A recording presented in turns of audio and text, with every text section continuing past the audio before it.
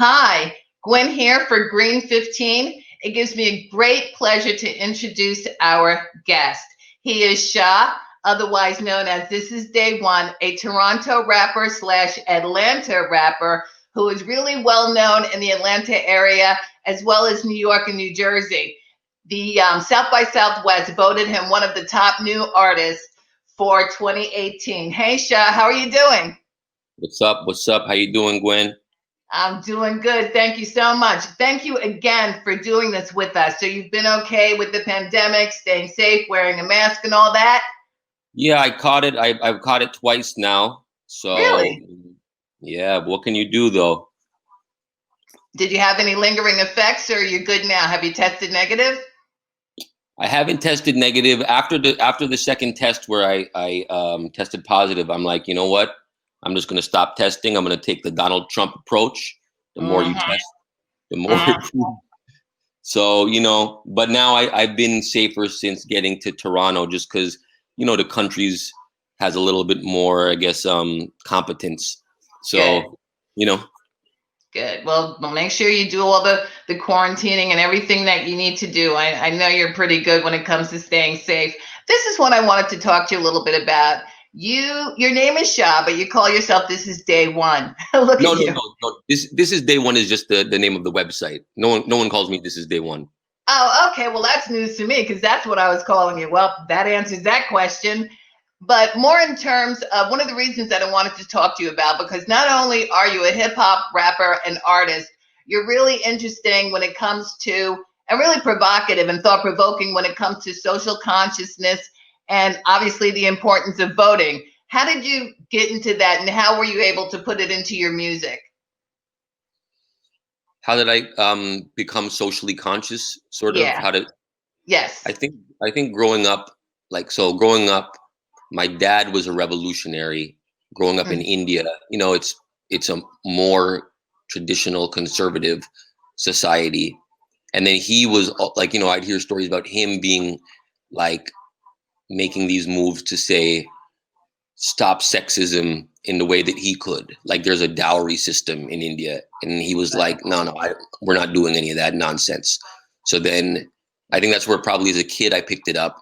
And then growing up, you know, you start seeing injustice with your own eyes. You see how the police treat people. I know that you think voting is extremely important, and I think you're working with a group or an organization called Headcount. Yep. Can I get a head count? I did hear a little bit of that, but I do want to see your new video that you did for Headcount. It's called VoteBIG, and I think we have it. Need y'all to remember one thing.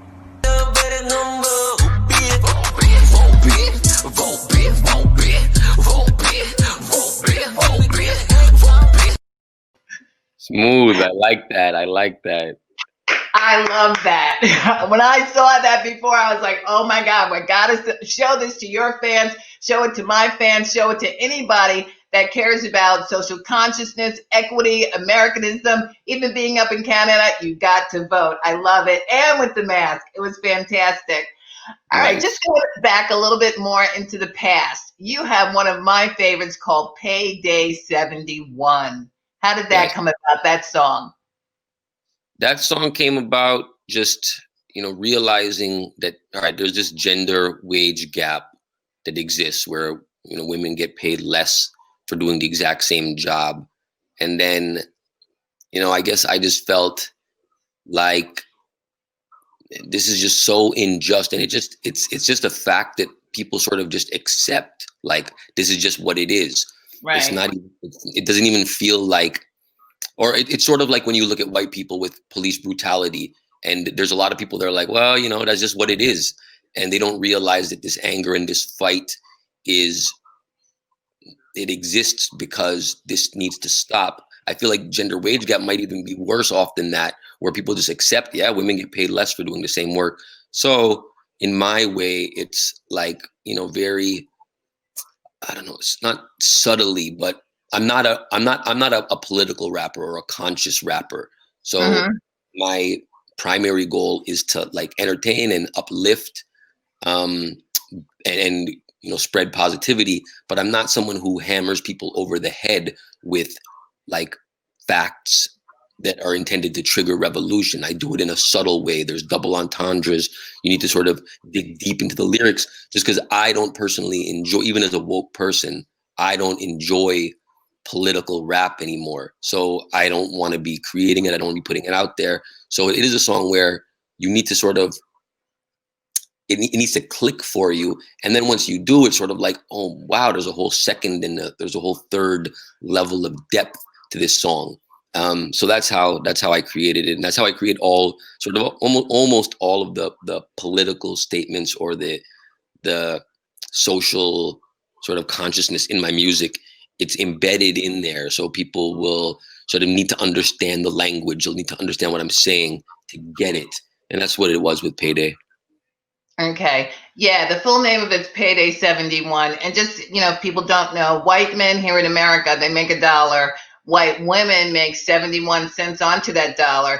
Black women make approximately 59 cents onto that dollar. And Latino and Native American and others make approximately 39 cents onto that dollar. So I thought that was worth mentioning. Man, when it comes to rap and hip hop, to me, you're one of the best. So I do understand sometimes you got to get a little bit of that social consciousness in there, but I understand you are an entertainer and you're a very good one.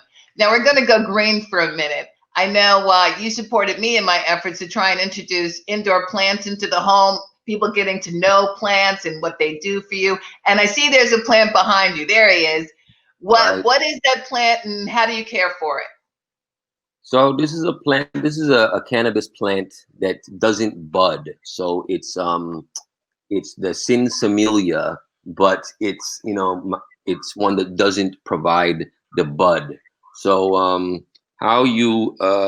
it's also one of these plants that doesn't require a lot of care. So how often do we need to water this plant right here? So this once a month you give it the water and it keeps going. So Okay, but it's not one of those varieties that get you high. unfortunately, not this one, or if it is, I haven't tried it yet. Okay, just wanted to double check.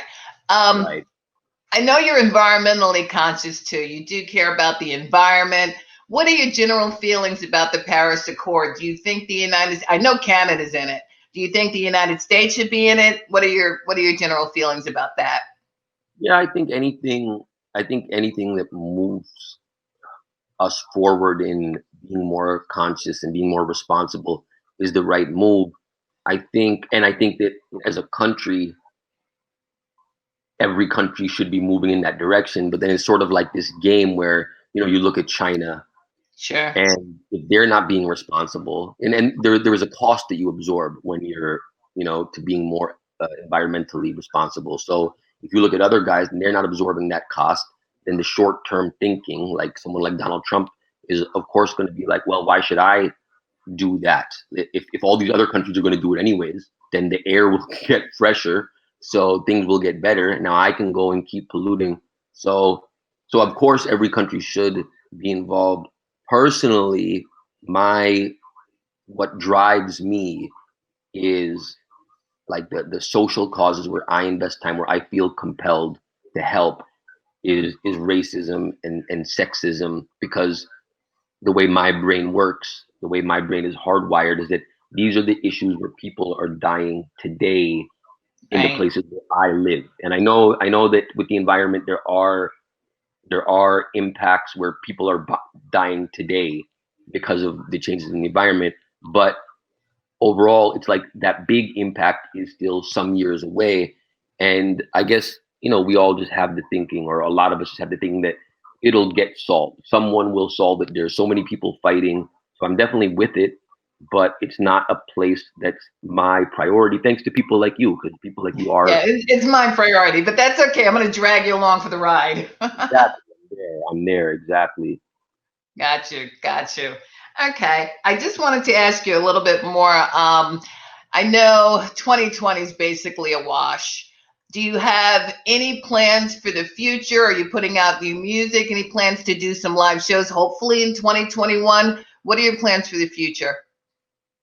Yeah, I don't look at it like 2020, as a bad year. I think that, like, if you look at history, you look at the things that made 2020 bad. Yeah, there was this virus, and that was unique, right? But if you look at like police brutality, that's existed for the entire history of America. You look at No, you're absolutely correct. And I didn't mean a wash as in a wash like that, but obviously, with the new movement, if anything came out of 2021, it's that.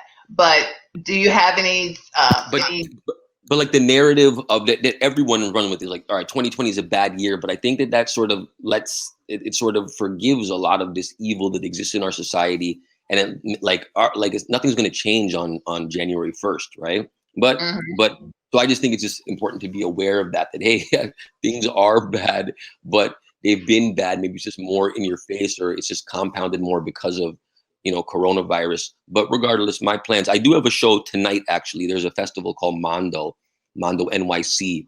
So they're doing it virtually.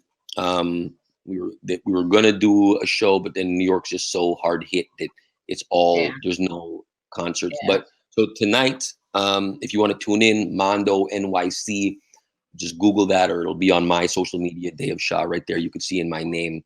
So I have a virtual performance tonight. I just was in touch with Rock the Vote today, or my team was. So you mentioned Headcount, which is one of the Mhm. main voting organizations. Rock the Vote is another one that's been around that works with a lot of Sure. artists like me. Absolutely. So I'll do something with them later in the month, and then back to real shows. I mean, let's see what when life gets back to normal. The opportunity right now is these drive-in theater joints.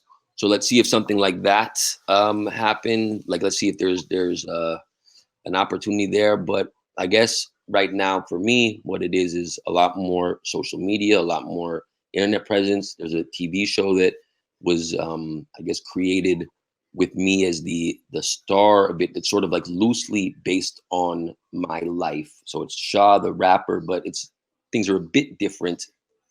Sort of maybe like Entourage. Okay. Okay. Well, So getting to put in some work with that. So yeah, so those are the plans. Well, listen, Shah, I want to thank you so much. We're almost out of time. Before we go, where can your fans reach you on social media? You can reach me. I'm Shah, SHAH. You can reach me a Day of Shah on all the platforms, Instagram, whatever. You go to Spotify, you just type in Shah, type in Payday 71 or whatever song, Telemundo, just text Demons, Cracks, whatever is going on, and then you can hear me. YouTube, same thing, Day of Shah. So that's how you can find me. Well, listen, I want to thank you so much. I know I'll be seeing you soon, whether it's live, virtually, one or the other.